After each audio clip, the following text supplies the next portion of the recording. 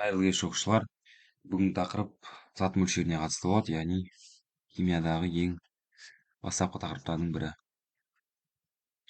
Жалпы зат мөлшерінің формуласын білесіздер. Ол n бізде тең болады масса бөлінген малярлық масса, немесе көлем бөлінген мольдық көлем. Және де үшіншісі бізде атом немесе молекула санын, яғни авогадро санына бөлгенге тең болады. Бұл бірақ негізгі формулалардың бірі болып табылады бұлардың барлығы. Біз енді осы формулаларды қолданып түрлендіруді үйрену керекпіз, яғни массаны табатын болсақ. Ол үшін мына диагоналда тұрған параметрлерді, шамаларды өзара көбейту керекпіз.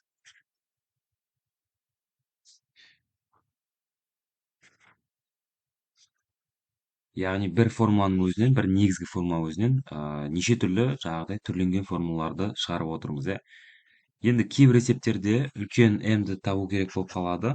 Үлкен m-ді табу үшін, яғни біз массаны бөлу керекпіз зат мөлшеріне. Яғни осы 7 формула бізде есептер кезінде, жалпы жаттығулар кезінде кездесетін болады.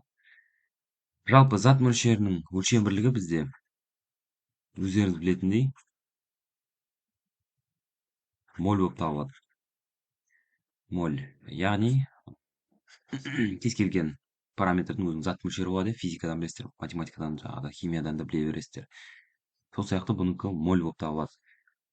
Енді кейбір есептерде киломоль келуі мүмкін, мысалы, 10 киломоль деген сияқты жазба кездестіруіміз мүмкін, немесе 100 миллимоль деген сияқты жазбаларды кездестірулеріңіз мүмкін. Яғни мольден бөлек осындайда алдында қандай да бір әрпі бар өлшем бірліктің түрлері келіп қалуы мүмкін. Ол кезде не істейміз? Яғни кило дегенді білесіздер, к әрпі, яғни 10-ның 3 дәрежесі деген мағынаны білдіреді. Басқаша сөзбен, мына 10-ға тағы да 3 нөл қосасыздар, сонда 10.000 болып табылады, бұл 10.000 моль. Яғни миллимоль болатын болса, керісінше 1000-ға бөлу қажетпіз оқушылар. Яғни 10-ның минус 3 дәрежесі деген мағынаны көрсетеді екен. Демек, 100 миллимоль дегеніміз 100-ді бөлеміз 1000-ға тағы да, 0-де 1 болып қалады.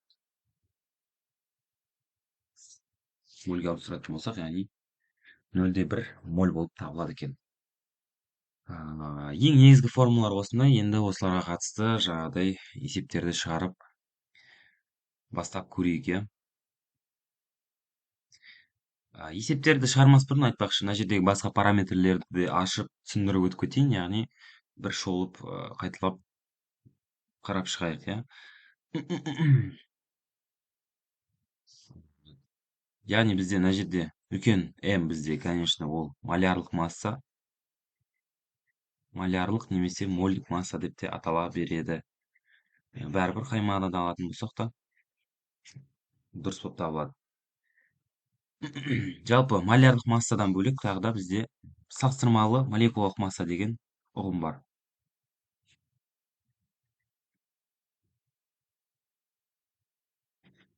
Салыстырмалы молекулалық масса, яғни салыстырмалы деген сөз бізде ағылшынша мына сөзге жаңағыдай аударма болып табылады.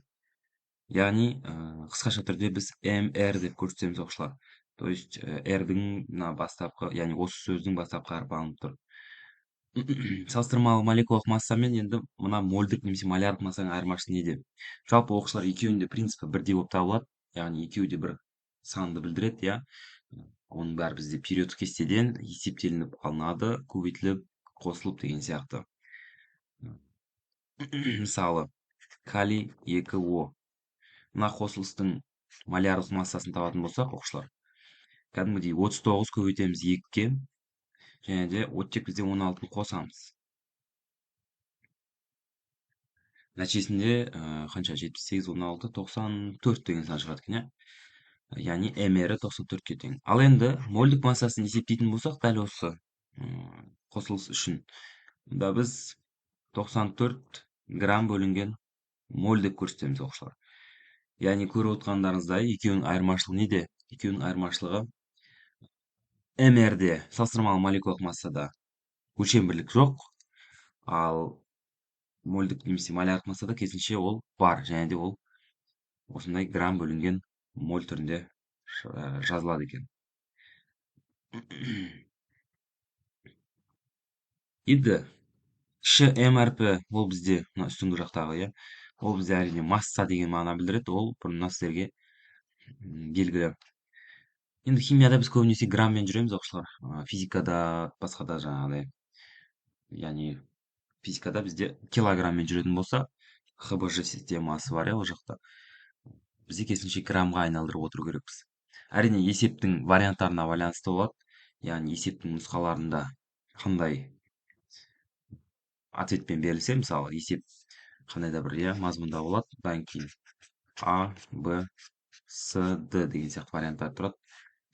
10 килограмм, 100 килограмм, 110 килограмм деген сияқты кете беретін болса, барлығы килограмммен, онда ешқандай бастапқыдағы беріліп тұрған параметрді, килограммды өзгертпей ақ сол түрінде шығара бересіздер. Ал егер әрине грамммен беріліп тұратын болса, иә, немесе басқа бір өлшемділікпен беріліп тұратын болса есептерде, онда сол өлшемділіктің өзіне сәйкес қылып аласыздар. Бірақ енді стандартты өлшемділік ретінде грамм алынады оқушылар.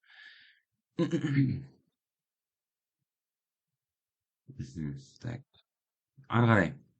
Жалпы В деген бізде оқушылар көлем литрмен өлшенеді, немесе дециметр кубпен өлшенеді. Енді дециметр дегенді көбілеріңіз жаңа бастауыш сыныптардан кейін уже ұмытып кеткен боларсыздар. Себебі дециметрді онша көп қолдана бермейді ғой. Бастапқы сыныптарда айтылады, одан кейін онша қолданысқа не істемей қалады, иә, қолданылмай қалады. Жалпы дециметр куб пен литр екеуі бір мағына, яғни 1 литрде 1 дециметр куб болады. Егер метр кубпен берілетін болса, немесе миллилитр, сантиметр кубпен берілетін болса, бәрін осы екеуінің біреуіне айналдырып отыруымыз қажет екен. Ары қарай, ВМ. ВМ бізде мольдік көлем деп аталады, әрине. Мольдік көлем. Мольдік көлемнің жалпы тұрақты шама екенін білу қажетсіздер. Физика курсынан да белгілі. Енді ол жерде 22,4 деген сан, иә. Яғни мольдік көлем бізде осы санға тең оқушылар.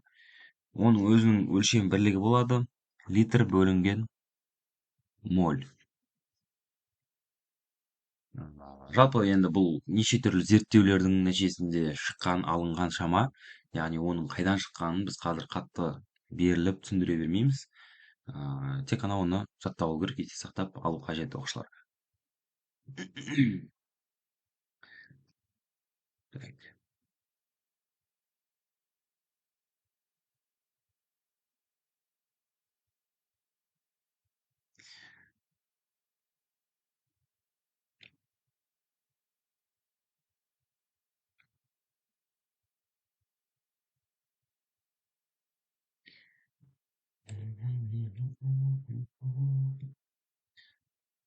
Өшіретін қайда? Өшіретін.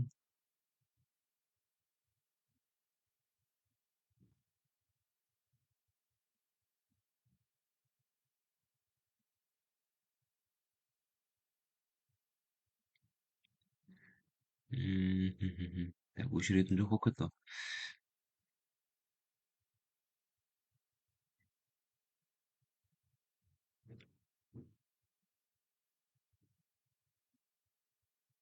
Жақсы оқушылар, ары қарай. Үшінші формула бізде n бөлінген na деп тұр, иә. Мына жерге жаза берейік.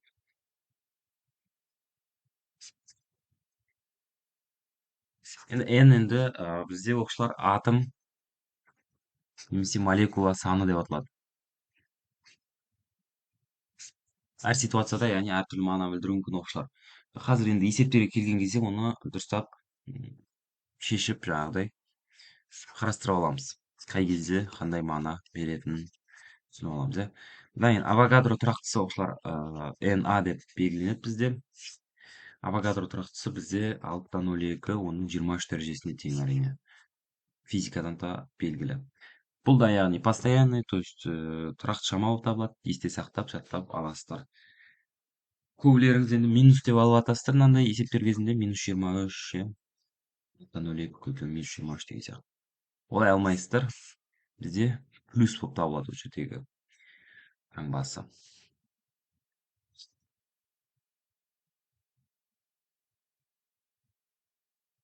Енді мысал келтіріп кете салайын осы жерде, иә, сразу же.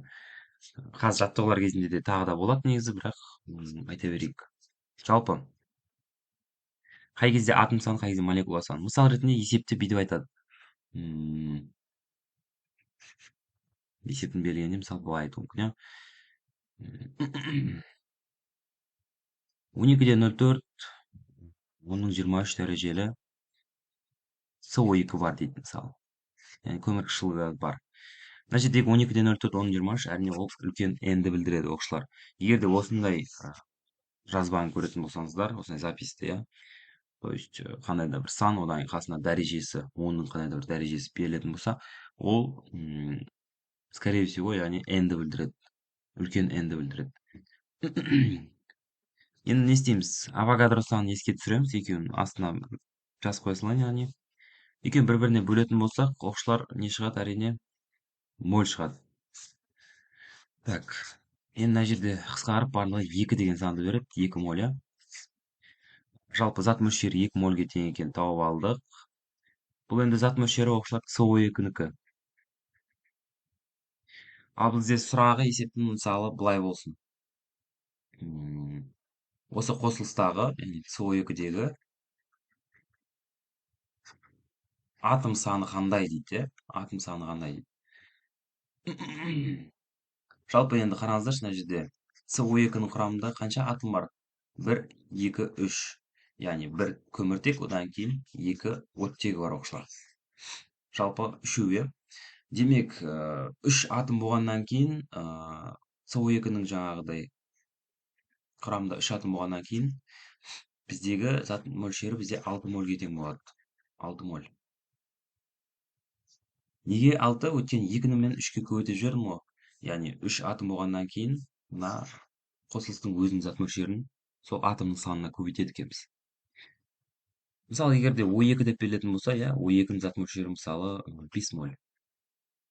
Ал енді атомдардың зат мөлшерін тап десе, онда оттектен біз көріп тұрмыз, мына жерде 2 штук, яғни 5-ті 2-ге көбейтесіздер, өзі уже 10 мольде қаласыздар.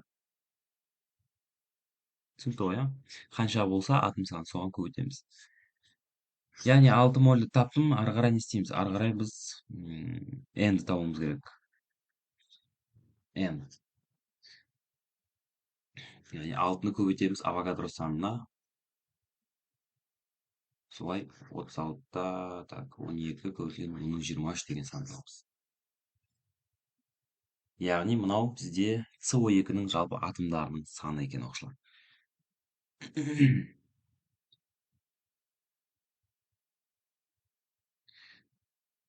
Енді тағы да осыған ұқсайтын, бірақ айырмашылығы бар, жаңағыдай екінші есептің бір типі болсын, иә.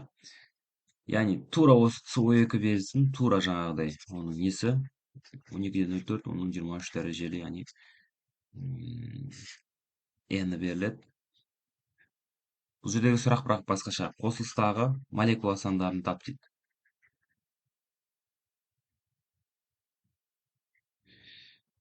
Жалпы қосылыстағы молекула санын тап деген кезде уже беріп қойыппын ғой мен, иә. Иә, уже дайын тұр екен ғой есепте. Енді мына жерде қазір тағы да нақты келтіретін боламын мысалдармен. Просто мына жерде енді сәл неудачный пример болып қалды. Сұрағымен жаңағы ответі сразу уже дайын болып қалды.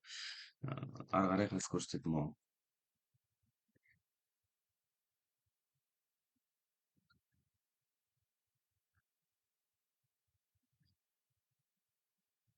Сонымен үй жұмысының талдауына өте берейік оқушылар. Міне бірінші есептен бастаймыз. Сонымен төменде берілген заттың мөлшеріне сәйкес массаларын есептеледі. Әрине массасын есептейтін формула бізде осылай. Иә. Осыған салыстырғанда бірінші есептің барлығы да. 1 моль азот дейді. Яғни азоттың мр 28 оқушылар. Зат мөлшері 1. Екеуін бір-біріне көбейтем, 28 грамм шығады. Кальций карбонаты. Кальций карбонаты енді кальций СО3. Сіздер әлі мындай формулаларды өткен жоқсыздар. Хромат, дихромат, карбонат, хлорид деген сияқты. Оларды біз алдағы уақытта өтеміз. Қышқылдар деген тақырыппен өте тығыз связанный болып байланысқан болып табылады тікелей. Оған тағы да келеміз. Бірақ енді мен мына жерге жазып кетіп отыратын боламын пока. Алюминий сульфаты, алюминий 2, СО4, 3, күміс хлориді, аргентум, хлор, иә. Натрий карбонаты, натрий 2, СО3, калий дихроматы, калий 2, хром 2, О7. Енді мына жерде түсіндіретінде қатты қиындығы да жоқ. Просто малярлық массаларын есептейсіздер осы қосылыстардың кестеден алып, мына зат мөлшерлеріне көбейтіп отырасыздар одан кейін, иә. Болды. Мына формуламен жұмыс жасаймыз. Енді мына соңғыларын көрсете салайын. А және Б дейді. Несі жоқ па?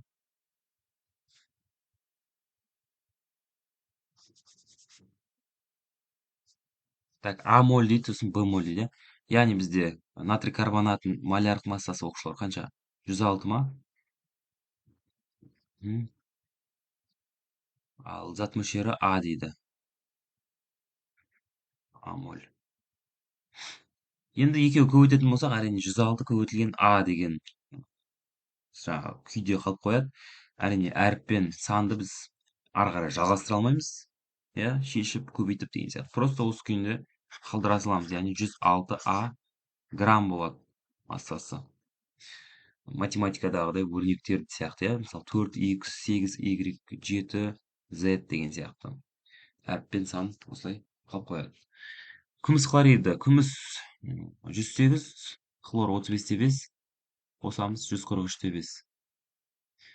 Көбейтем Б-ға, яғни 143-те 5 Б грамм болып табылады массасы бойынша.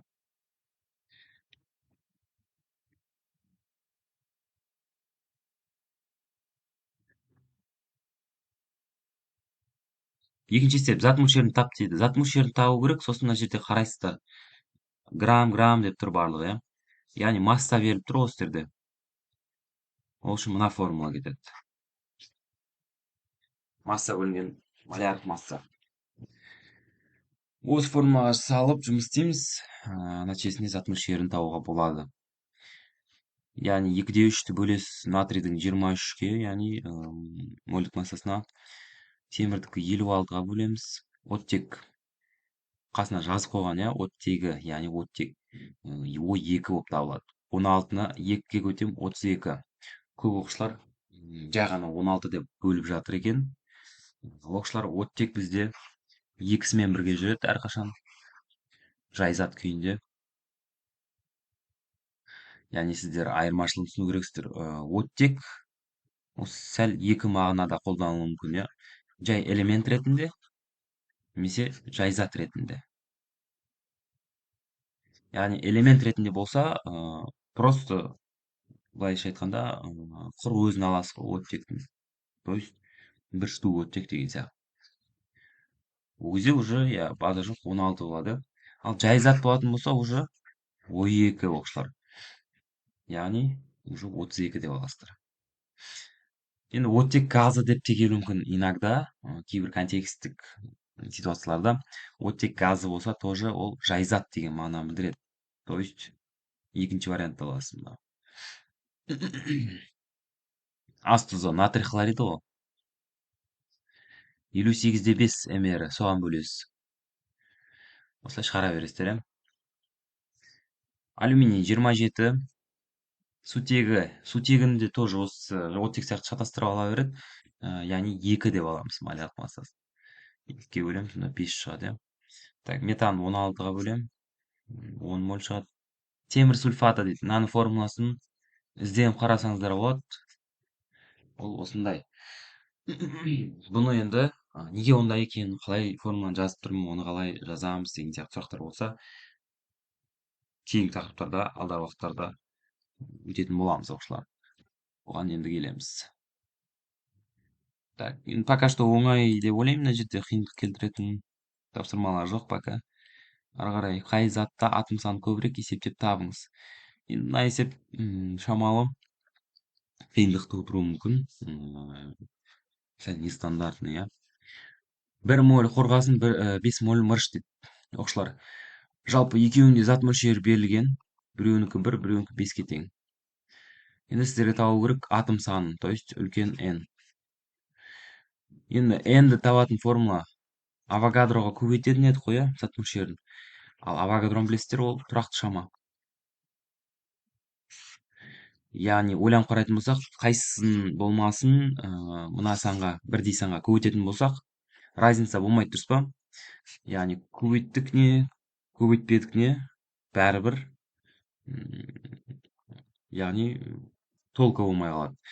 Сразу уже мына жерден ақ түсінуге болады. Мырыштың жаңағыдай атом саны көп болады, иә, соны түсінуге болады. Яғни көбейтпесек те ары қарай кете берсек болады. Ары қарай В. 119 грамм қалайы немесе 56 грамм темір, оқушылар. Қалайы SN, темір бізде феррум. Екеуінің де мрлері осы тура массаларына сәйкес болады екен. Оныкі 56, анакі 119. Бұл ситуацияда яғни мына формуланы қолданамыз бірінші очередь. Зат мөлшерін тауып алу керек қой. Зат мөлшерін тауып алғаннан кейін уже қайттан жаңағыдай сразу айтуға болады, кімнің үлкен, кімнің кіші болатынын, иә. Значит, 119-119-ға бөлсек 1 шығады, 56-56-ға бөлсек 1 шығады. Яғни екеуінің де зат мөлшері тең, значит, атом сандары да бірдей болады. Так.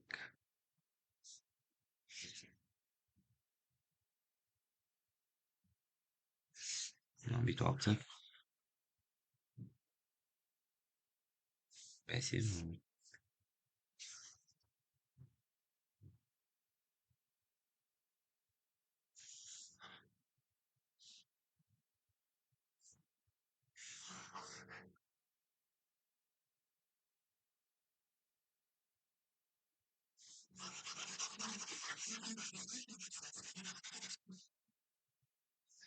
Қарай, 1 грамм күміс, 1 грамм алтын. Көп оқушының қателігі осы жерде неде? Сразу мен жаңа жасап жатқан логикамен жасап кетеді екен, иә. То есть мына сандарына қарай салады, 1 мен 1, екеуі бірдей болса болды, олар да тең деген сияқты, иә. Олардың атом сандары да тең деген сияқты логика. Оқушылар, қандай жағдайда сразу анықтауға болады? Тең ба, тең емес па, көп па, жоқ па? Айттым ғой, мына жерде бізде моль беріліп тұр. Яғни моль сандары тең болса болды. Атом сандары да өзара тең болады. Ал енді массалар тең болып тұрса, мына ситуациядағыдай, уже болмайды. Оны полностью ары қарай шығарып, доказывать етіп, қарастыру керек болады. Масса ол бөлек әңгіме, яғни зат мөлшері ол бөлек әңгіме, иә. Значит, не істейміз? Мына жерде мына формулаға саламыз, конечно. Күмістің малярлық массасы 108, кімдікі бізде алтындығы 197. Енді осы жерде мынаны калькуляторға салмай ақ, есептемей ақ, уже бетіне қарап анықтауға болады. Кімнің аз, кімнің көп болатынын. Бөлшек сан бізде болатын болса, және бөлшек санның астындағы бөлімі неғұрлым үлкен болатын болса, соғұрлым сол сан кішкентай болады, оқушылар. Яғни 108 бізде кіші болғанмен, бұл санның өзі үлкен болып табылады. Немесе есептеп қарасаңыз да болады калькулятормен, бұл үлкен болып табылады. Яғни күмістікі көбірек. Қалайы мен темір, оқушылар, айттық бұны, иә. 1 моль фосфор, 1 грамм 1 грамм, яғни күкірт. Біреуінің массасы тұр, біреуінің зат мөлшері тұр. Мына 1 граммды айналдырасыздар мольге, яғни бұл жерде 1-ді 32-ге бөлеміз. Бұл, конечно, 0,1 деген сандар шығарып береді. Значит, бізде фосфор үлкен деген сөз, оқушылар.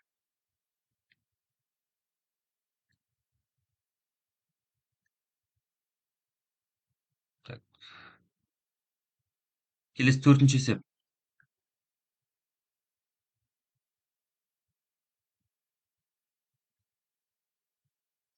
Берілген заттардың қай бөлігінде молекула саны көбірек дейді. СО2 8 моль, және де СО2 тоже 8 моль. Опять же, жаңағыдай логикамен жасай салуға болады. Молекула саны, яғни N ғой бізде, оқушылар. N-ді таппас бұрын бізге кәдімгі кішкентай зат мөлшері керек болады. Зат мөлшерлері тең болатын болса, болды. N-дері де тең болады. Немесе біреуінің зат мөлшері үлкен болса, сол жаңағы сол қосылыстың да n үлкен болады деген сияқты, иә. Сонымен екеуі бірдей, значит, n-дері де өзара тең. 3 моль оттек, 2 моль озон. Әрине, оттек бізде моль саны бойынша үлкен болғаннан кейін жоғары болады. Иіс газ 84 грамм, метан 80 грамм. Бұл жерде енді массалар беріліп тұрғаннан кейін уже мольдарын тауып алу керек, иә. Бетіне қарап анықтай алмаймыз кімнің кіші кімнің үлкен екенін. Иіс газының формуласы СО, метандікі CH4, мрлеріне бөлесіздер. Так, 84 бөлем СО-нікі қанша? 28 ба? 28, иә. Мына 3 деген сан шығады, иә. 80-ді бөлем метандікі 16, 5 деген сан шығады. Енді 3 пен 5 салыстырамыз, конечно, бізде метан үлкен болып табылады. Аммиак 17, метан қайттан 16-ға тең. 68 17-ге бөледі 4 моль шығады. 64 бөлінеді 16-ға тоже 4 моль шығады. Екеуі өзара тең. Демек, n-дерді молекула сандарда бірдей болады.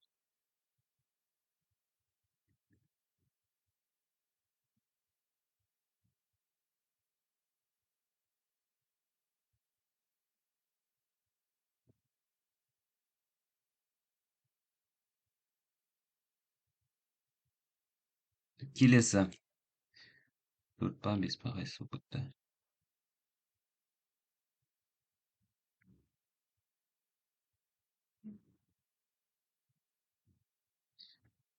Бұл келесі есепте шамалы енді басқаша, иә, яғни атом сандарын сұрап тұр оқушылар. Берілген заттардың қай бөлігінде оттектің атомы көбірек? Яғни атом. Атом саны болсын, молекула саны болсын, екеуі де n деген, үлкен n деген әріппен белгіленеді. Бірақ енді шамалы разницалары бар оқушылар есеп кезінде. Сонымен оттектің зат мөлшері 1 дейді, озондікі тоже 1 дейді. Бірақ енді формулаларына қарайтын болсақ, уже разница беріліп тұр уже, иә, көрініп тұр. Значит, оқушылар, оттектің молекуласы 1 мольге тең болғанымен, оттек атомдарының саны бұл жерде екеу ғой, иә, 2-3-тік оттек көріп тұрмыз ғой. Значит, мынаны біз 2-ге көбейтеміз оқушылар. 2-ге көбейтеміз, сонда 2 моль шығады. Значит, атом санын табатын болсақ, 2 көбейтілген 6-тан 02, оның 23 дәрежесі. Мына формула салып шығады 12-ден 04 көбейтілген оның 23 дәрежесі. Бұл оттекті. Ары қарай озон табатын болсақ, озонның молекуласы 1 мольге тең зат мөлшері бойынша, ал атомдарының жаңағы зат мөлшерін табатын болсақ, 3-ге тең болады уже. Соответственно, несі де атом санында n де үлкен болады.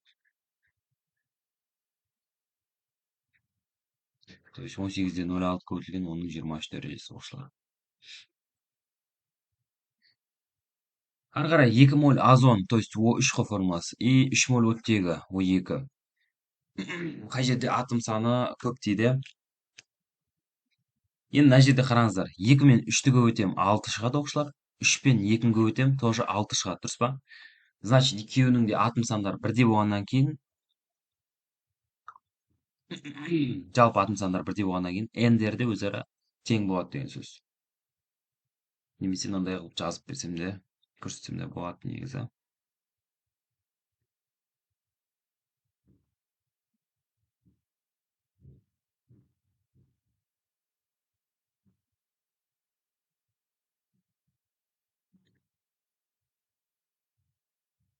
Так, как выбирать-то?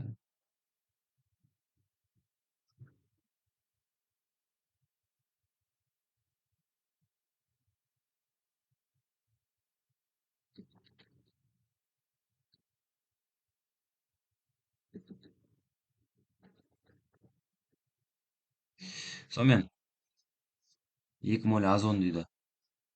Яғни озонның зат мөлшері бұл жерде 2 мольге тең оқушылар.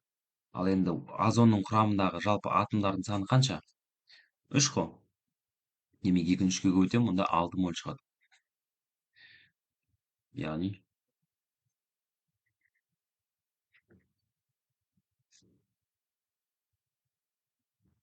N бізде бұл жерде 36-та 12 көбейтілген 10-ның 23 дәрежесі шығады екен. Оттекте де дәл сондай, иә.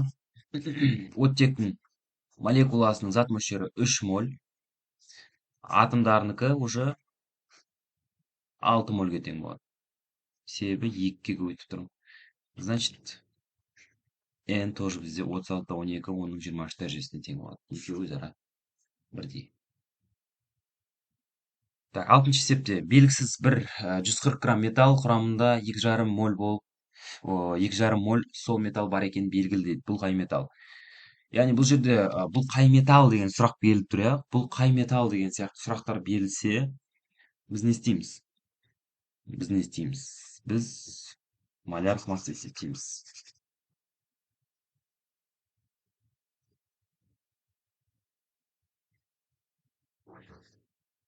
Малярлық масса есептейміз. Массасы яғни 140.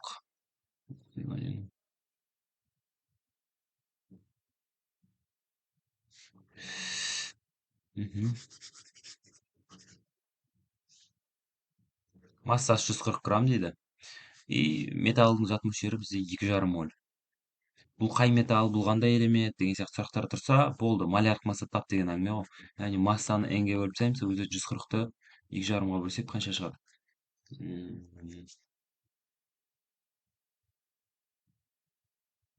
Елу алты шығады оқушылар. Елу алты деген сөз темірдің малярлық массасына тең ғой, дұрыс па?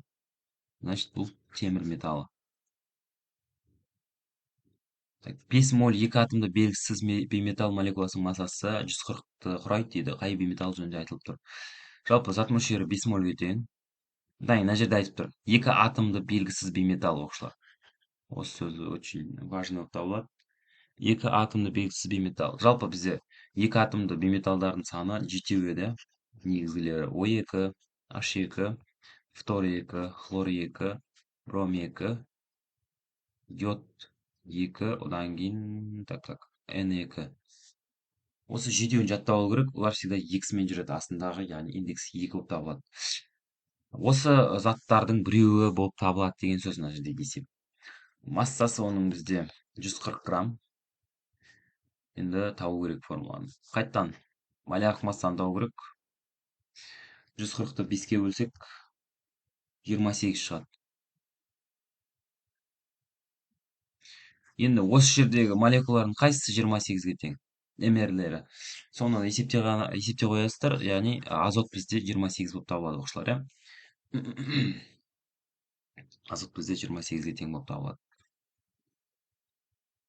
Немесе мына молекулаларды мысалы сіз білмейсіз или жаттауға есіңізден шығып кетті, иә. Допустим, білмей тұрсыз. Ол кезде не істейміз? Мына 28 тапқаннан кейін міндетті түрде 2-ге бөлу керекпіз. Себебі 2 атомды деп айтып тұр ғой мына жерде. Ол кезде 14 деген сан шығады. Периодтық кестеге қарайсыз да, қай элементтің атомдық массасы 14, соны таңдай саласыз. Ол азот болады, яғни формула N2 деген сияқты.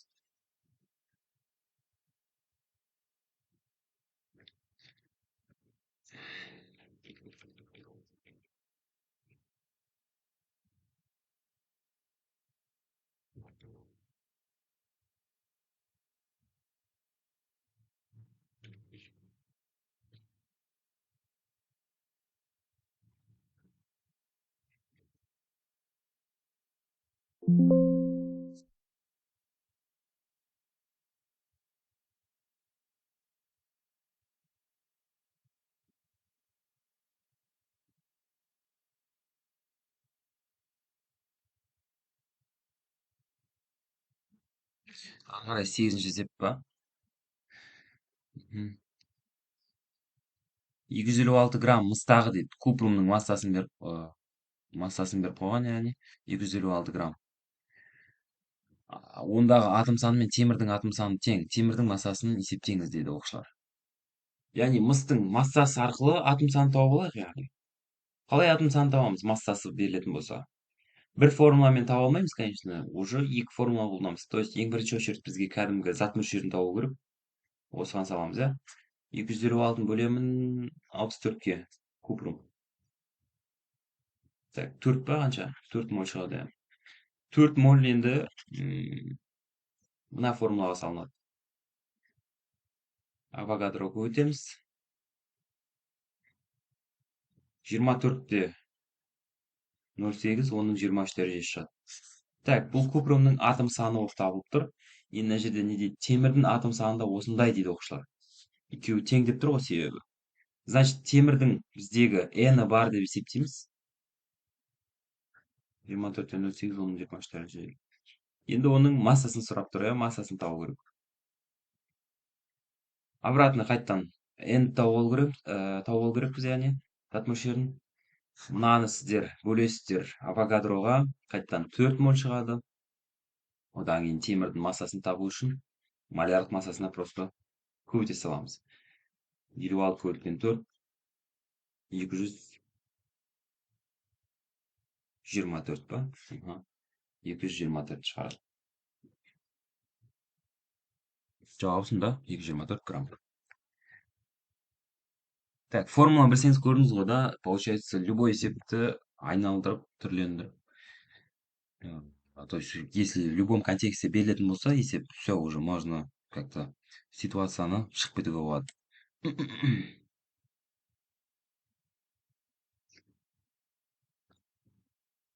Так, 19-7 алтындағы атом саны мен күмістің атом саны тең. Күмістің массасын есептеңіз. Мынау да енді сол сияқты принциппен жасалатын есеп.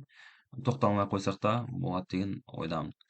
Ары қарай үй жұмысында 11-ші есеп па? Так. Молекула санын табыңыз. Енді қараңыздар, мына жерде зат мөлшері беріп тұр. Молекула санын тап, яғни n табу керек, иә. Конечно, ол жерде мына формуламен кетесіздер. Просто авогадро көбейте саласыз. Мына формуланың түкте қажет жоқ. Иә, ол жай ғана для красоты жазылып тұр десек болады. Ары қарай масса беріліп тұр мына жерде. Масса берілген жағдайда n-ді қалай табамыз? Жаңа ғана төбеде есеп болды осыған қатысты. То есть бірінші тауып алу керекпіз зат мөлшерін, одан кейін барып сол зат мөлшерін авогадроға көбейтеміз. Екі формуланы байланыстырып, тоже есептей салады.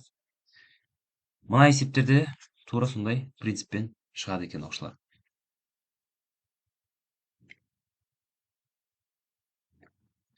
Так, келесі массасын тап дейді. Бұл жерде енді мынандай жазбаларды көрсеңіздер, көп оқушы түсінбей жатады.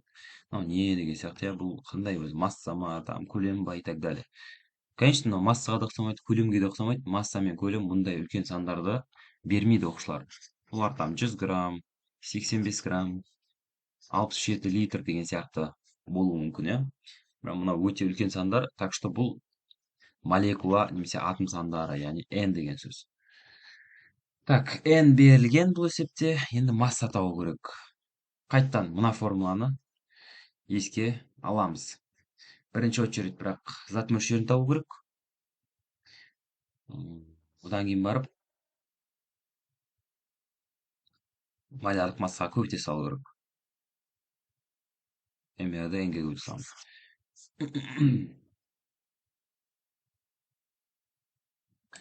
Бір екеуін көрсетейін, енді мына жерде дәрежемен жұмыс істеу керек болады шамалы, иә. Математикалық, алгебралық білімдер керек болады.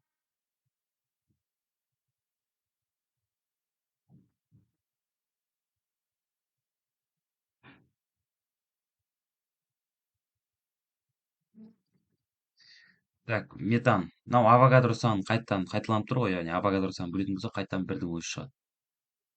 Метанның мрі 16, сағыз 4 көбейтетін болсам, яғни 16 грамм. В дейді. Так. Мына санды авогадро санына бөлеміз, яғни 9-да 0,3 бөлінген 6-да 0,2. Мына екі санды бір-біріне бөліп аласыздар жеке-жеке, одан кейін мына мен мынаны бөлеміз оқушылар. Енді калькулятормен қарастыратын болсақ, 9-да 0,3 бөлінген 6-да 0,2. 1,5 деген сан шығарып береді, 1,5. Оның 22 дәрежесін 23 дәрежесіне бөлу деген не мағына береді? Бұл деген сөз 22-ден 23-ті азайтсақ, оқушылар минус 1 ғой. Так что 10-ның минус 1 дәрежесін шығарып береді, иә. 10-ның минус 1 дәрежесі дегеніміз 0,1 деген сөз. То есть мына дәрежедегі сан, цифра 1, 3, 4 болсын, иә. Ол үтірден кейінгі цифраның саны. То есть үтірден кейін бір ғана цифра тұр деген сөз уже. Значит, 1,5 көбейтілген 0,1 десек болады. 0,15. 0,15 оқушылар.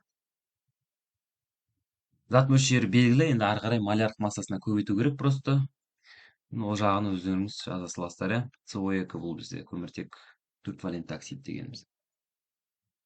Мен просто мынандай дәрежелерін көрсете саламын.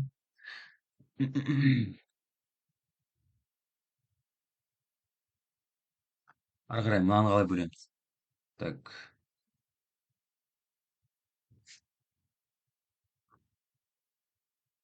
Енді 10-ның 24-ті бөлеміз 10-ның 23 дәрежесіне. 24-тен 23-ті айтамын, конечно, 1 дәрежесі шығады, дұрыс па? Яғни, бұл деген сөз кәдімгі 10-ның өзі. Так, 1-де 806 бөлінген 6-та 0,2. Бір-бірінен бөлетін болсақ, қанша шығады? 0,3 шыға ма? Яғни 0,3-ті 10-ға көбейтсек, 3-тің өзі шығады, 3 моль. Ары қарай күкіртті газ дегеніміз бізде СО2 оқушылар. СО2-ның малярлық массасына мынаны көбейте саласыздар. Мыналардың барлығы сондай принциппен кете береді. Демек, ары қарай жылжимыз.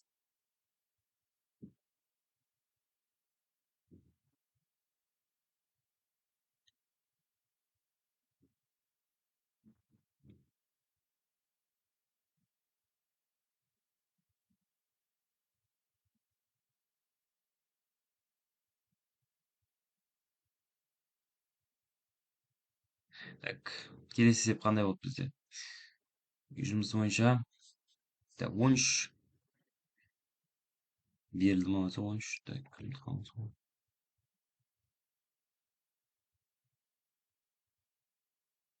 жоқ, 18 берілді бізде. Төменде берілген газдардың қалыпты жағдайдағы көлемі қандай болады дейді. Енді мына жерде көлемдерін сұрап тұр. Жалпы ол кезде уже мына формуламен шығарасыздар, иә. Барлығының зат мөлшері берілген. И көлем сұрап тұр. Значит, не істейміз? ВМ-ге көбейте саламыз. Просто тупо 22-де 4-ке бәрін көбейте бересіздер. Бірақ енді сәл ерекше жағдай бар мына жерде. G и H варианттарында, иә, потому что киломольмен тұр, мына жақта миллимольмен тұр. Енді киломоль деген басында айтып кеткен видеоның. Кило деген сөз, оқушылар 3 нольді тіркейсің деген сөз қасына. То есть 0,2 көбейтілген 1000, ол деген сөз қанша? 200 деген сөз. Яғни 200 моль, иә. 200 моль гелийді 22-де 4-ке көбейтсек, көлемі шығады жаңағыдай.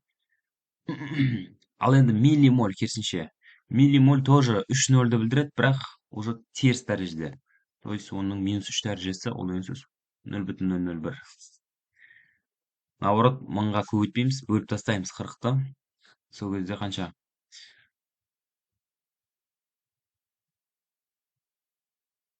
0,04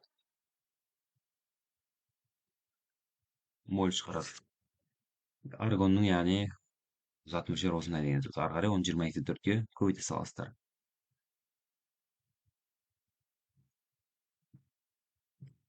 Так, 19-ші есеп. Қалыпты жағдайдағы төменде берілген газдардың зат мөлшерлері қандай болады дейді. Бұл жерде керісінше зат мөлшерін сұрап тұр, яғни В бөлінген ВМ деген формула бойынша кетеді. Вот, мына литрлер как раз сразу 22-де 4-ке бөлінеді. Мынаның бәрі, иә. Сразу 22-де 4-ке бөлесіздер, и сол бізде уже жауап болып табылады. Ал енді метр куб бар мында, сантиметр куб бар. Оларды не істейміз? Енді 1 метр кубта қанша? 1000 литр бар оқушылар. Немесе 1000 дециметр куб бар. Значит, 448 метр куб деген сөз уже 448 мың литр деген сөз. Осы күйінде оны 22-де 4-ке бөлесіңдер, зат мөлшері шығады. Сантиметр куб ол керісінше. Яғни бөлу керекпіз, иә. 1344 сантиметр куб деген сөз. Мынаны 1000-ға бөлеміз. 1-де 1 яғни 344 литр деген мағынаны береді. Себебі 1 сантиметр куб ол деген сөз 0,001 литрді білдіреді оқушылар. Ары қарай осы күйінде оны 22-де 4-ке бөлеміз, сол кезде зат мөлшері шығады екен. Енді бұл жерде өлшем бірліктерінің айналымдарын білу керек. Басқа енді қиындық жоқ.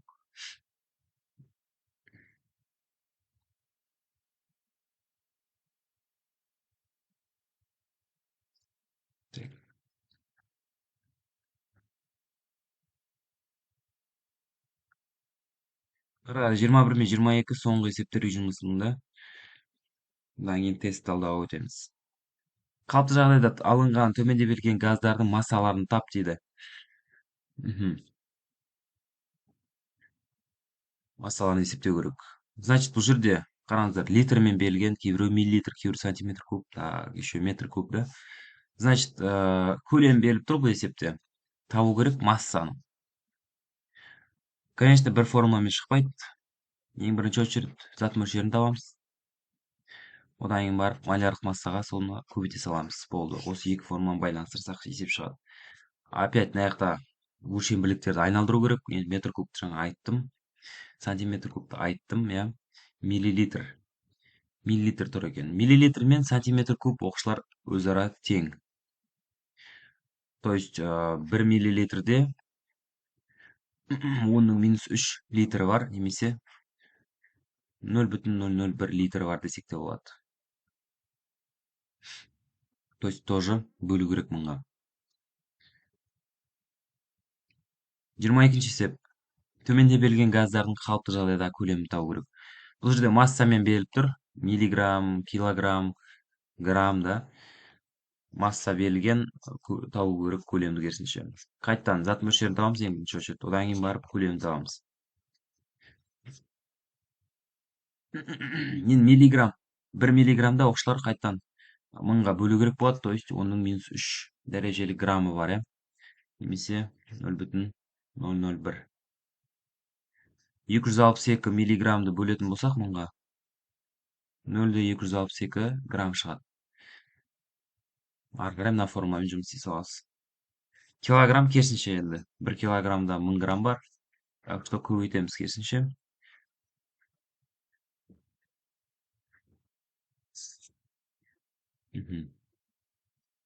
Онда бірінші мына үй жұмысы аяқталды. Ары қарай біз тест талдауға, яғни келесі күннің үй жұмысына келейік.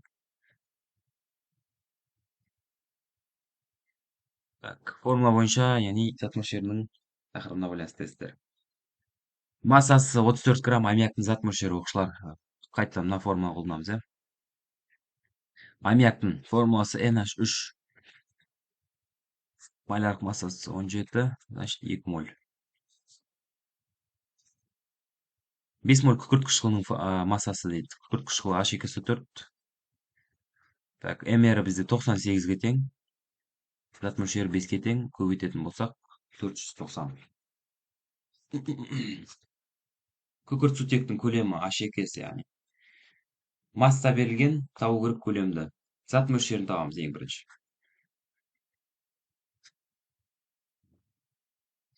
Күкірт сутектің малярлық массасы қанша? 34.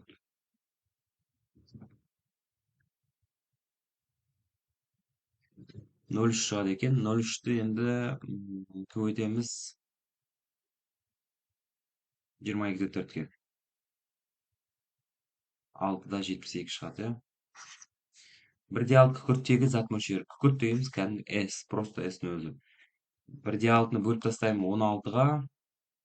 Ой, так, 16-ма 32 деген. 32-ке 0,05.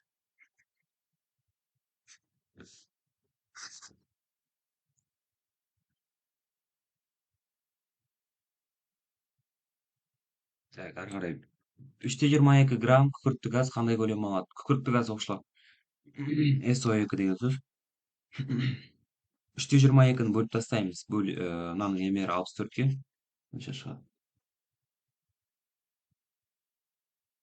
Так, мен мына жерде өте көптеген сандар шығады екен, цифралар шығады екен, түрден кейін 0,05 деп алсақ болады. Жұқтап, иә. Ары қарай көлем табу үшін мына формула.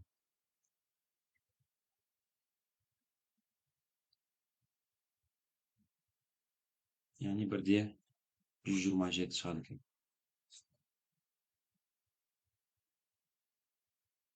Енді бұл жерде жуықтамай калькуляторда мысалы мына жақта қандай сан шықты? 0,3, 1, 25 деген цифралар шықты артында. Тура калькуляторды баспай басқа кнопкасын, иә. Сразу осыны 22-де 4-ке көбейте салсаңыздар, мынау шығарады. Осы ответ шығарып береді. Ары қарай күкірт, көміртек эквиваленті оксиді алатын көлем, иә. бұл СО оқушылар, иіс газы деп аталады басқаша. орысша айтқанда угарный газ өте улы қауіпті газ. Так, 5/6-ны осының мріне бөлесіздер 28-де. Одан кейін зат мөлшері табасыздар. Сөйтіп авогадроға 22/4-ке көбейтесіздер. 0,2-ні 22/4-ке көбейтсем 4/48, әрине С ответі болады. Ары қарай.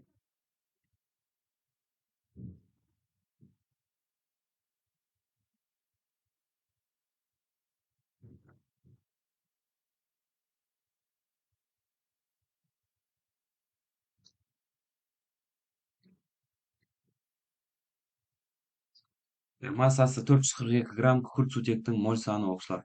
Күкіртсутек H2S массасы берілген. Тауы керек оның моль саны, то есть зат мөлшері. Күкіртсутек қанша болады? 34 па? Соған бөле саламыз. 13 моль.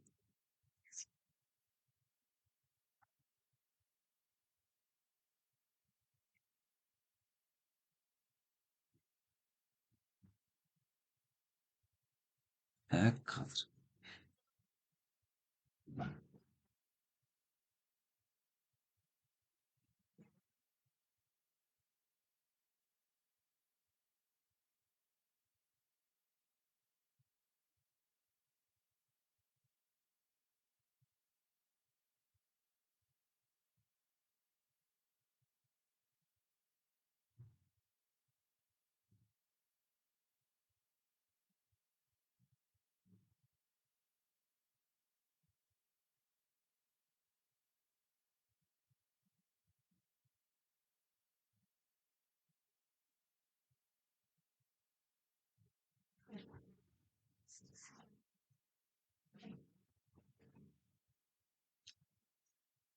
Так, оттегінің 24/08, оның 23 дәрежелі молекуласы бар.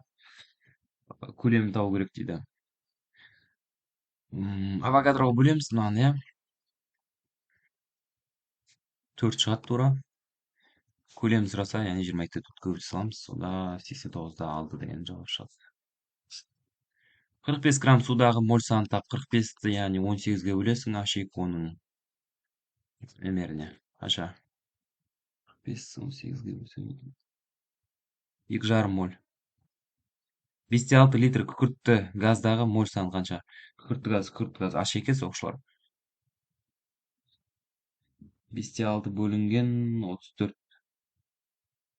Ой, кешірім сұраймын. Күкіртсутекті не істеп алыппын ғой. SO2 дегенім SO2 күкіртті газ, иә. То есть 5/6 бөлінген оқушылар 22/4 бірінші очередь, иә. Мынау литр екен ғой, мен грамм деп оқыптым. Зат мөлшерін тауып аламыз. 0,25-ке тең болады. Одан кейін моль санын табу керек болды, иә. С жауабы.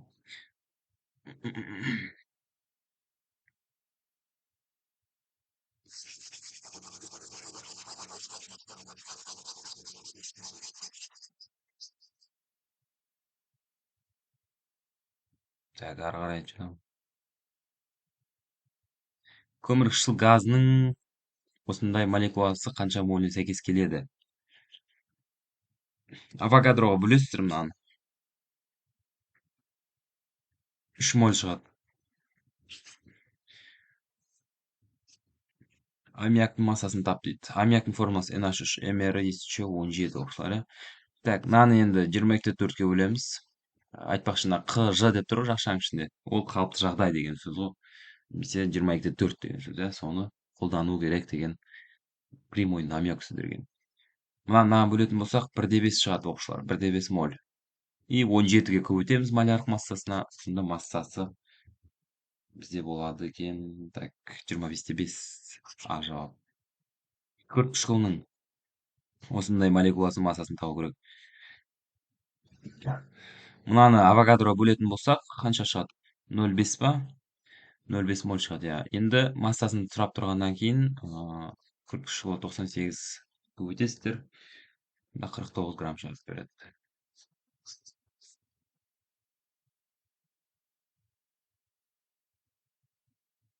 Ары қарай. Оттегінің тығыздығы 1,43 грамм бөлінген литр, оның 128 граммдық көлемін тап дейді. Так, тығыздығы. Жалпы тығыздық деген нәрсе мынандай ро деген әріппен белгіленеді, оны физикадан білу керексіздер. Иногда грамм литр, иногда так грамм сантиметр куб, иногда вообще грамм миллилитрмен береді өлшемдіктерін. Үш түрлі түрде кездесуі мүмкін, яғни ро деген әріп, яғни п емес. Одан кейін оның массасы беріліп тұр, 28 грамм. Енді сіздерге табу керек нені? Көлемін сұрап тұр екен. Көлемін сұрап тұр. Оқушылар жалпы физикадан мындай формула бар ғой. Масса тең ро көбейтілген в. Сол формуланы негізге ала отыра шығарасыздар. Яғни бұл жерде в-ны табу үшін не істейміз? Конечно, массаны роға бөлеміз. 128-ді 1,43-ке бөлсек, жауабы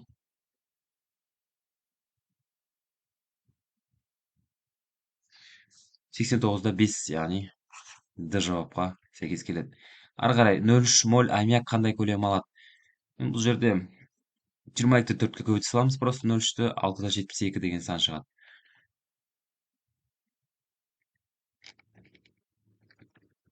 Тест көп болғанымен, үй жұмысы көп болғанымен, просто оп оңай сұрақтар, иә.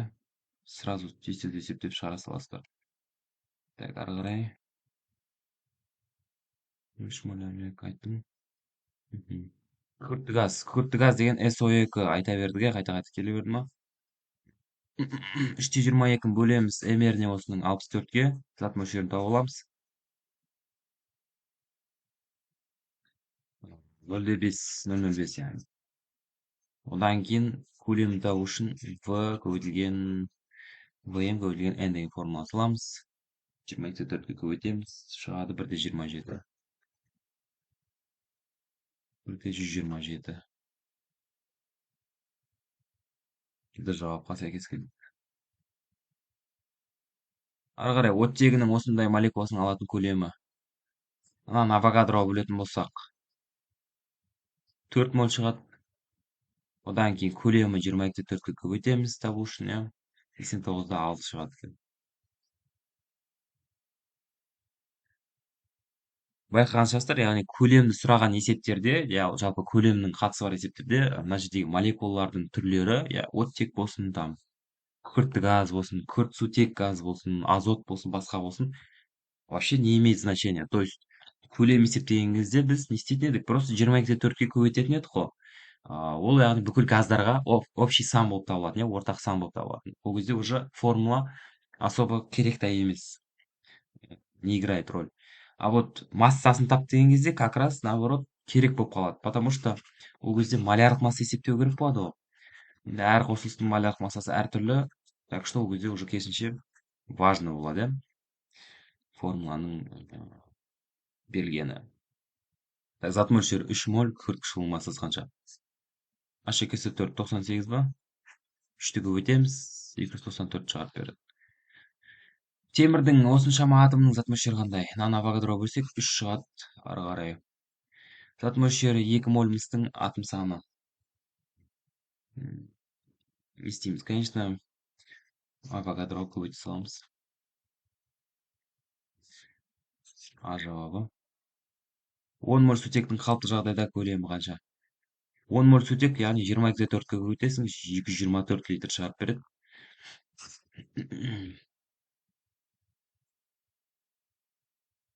Так, мынаны, яғни 22-ті 4-ке бөлеміз. Қожа деп тұр, немесе соған қарап та уже сразу понимать можно, да, 22-ті 4 дегенді қолдану керек. Сразу, яғни 3-ті шығарады. Так, осынша 67-те 2 литрлік қалыпты жағдайдағы көлемде неше молекула сутек болады? Так, 67-те 2 бөлінген 22-те 4 қайтадан 3 моль. Зат мөлшері бойынша табу керек енді n-ді.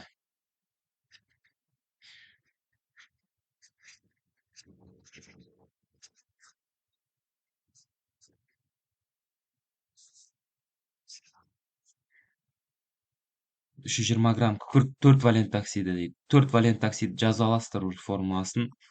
Иә, оттек 2 валентті тұрақты, мынау 4 валентті қысқарады, айқастырылады. Сөйтіп бізде SO2 деген формула шығады. Қандай көлем алады дейді. Мынаны бөлеміз 64-ке.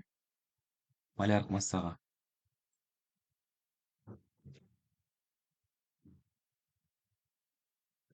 5 моль шығады. Дальше көбейтеміз 22-4-ке, яғни дұрыс 112 литрге тең болады сонда. Зат мөлшері 0,5 моль натрий карбонатының массасы қандай? Натрий карбонатының формуласы. Натрий 2CO3 мр 106. Көбейте сал бір-біріне, жауап шығып тұр уже. 53 болу керек.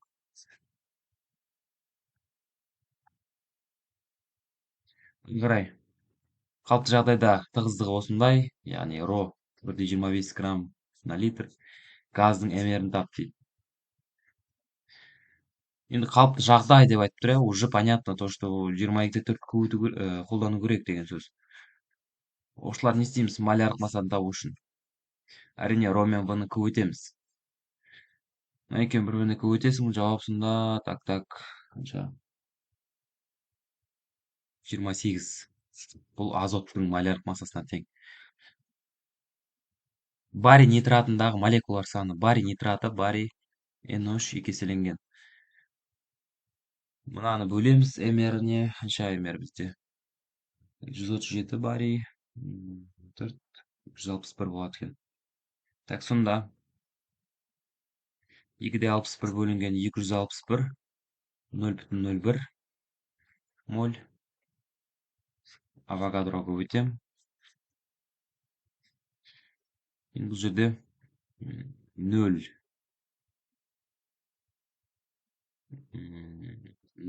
602, оның 23 дәрежесі шығады, дұрыс па? Бірақ ондай ответ жоқ мында оқушылар. Бірақ.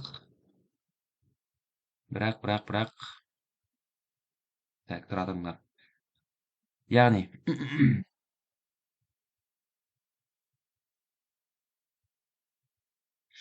Д жауабына сәйкес келеді. Қараңыздар оқушылар, қалай таптым оны? Мына жерде бізде Д жауабында мына жерде үтірден кейін 0-ді алып тастаған, дұрыс па? То есть 0,0602 шығып тұр бізде негізі. Одан кейін оның 23 дәрежесі деп шығып тұр. Ал Д вариантында мынандай ответ тұр. Яғни не істеген? Просто дәрежесін кішірейткен, то есть 23-тен 22-ге түсірген. Бірақ мына санды наоборот 10-ға көбейткен. Былай айтсақ болады, немесе мысалы 9-да 3 көбейтілген 10-ның 23 дәрежесі, немесе 0,93 көбейтілген 10-ның 24 дәрежесі. Мына екеуі по идее бір болады. Екеуі бір болады, ә? 9-да 3 көп па, 0,93 көп па? Конечно, 9-да 3 көп. Енді 10-ның 23 дәрежесі көп па, 10-ның 24 дәрежесі көп па? Конечно, 24 көп, дұрыс па? То есть біреуінің цифрасына бастапқы саны үлкен болуы мүмкін, а екіншісінің керісінше дәрежесі үлкен болуы мүмкін, иә? Екі жағынан, яғни бір-бірін компенсировать етіп тұр. Сол сияқты ғой, мына жақта Д бізде 0,602 деп басталады. Яғни сан бойынша мынаған қарағанда үлкен. Бірақ дәрежесі оның наоборот бір сатыға кіші деген сөз.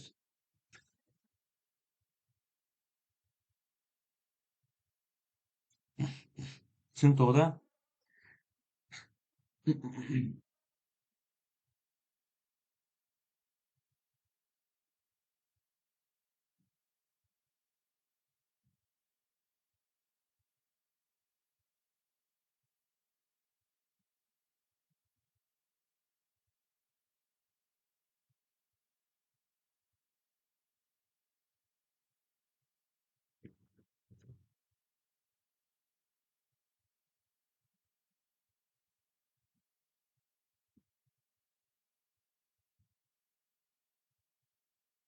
Так, следующий.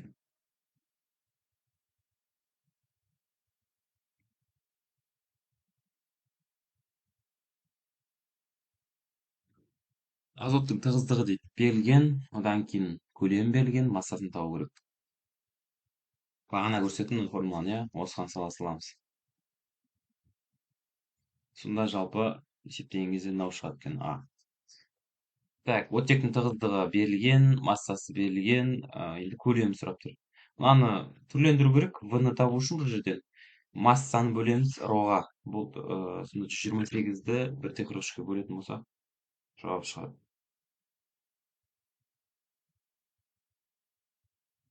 89-да 5 деген жауап шығады, яғни А жауабына сәйкес келеді.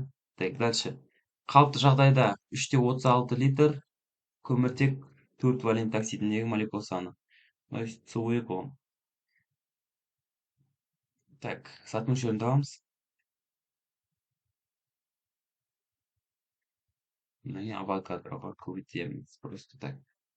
23.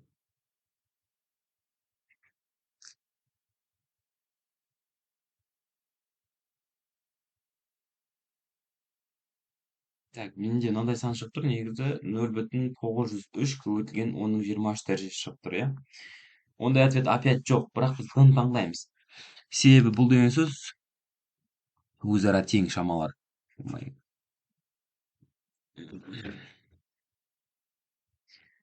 Так, үй жұмысының бір бөлігі бітті, оқушылар ары қарай тағы да бар бізде.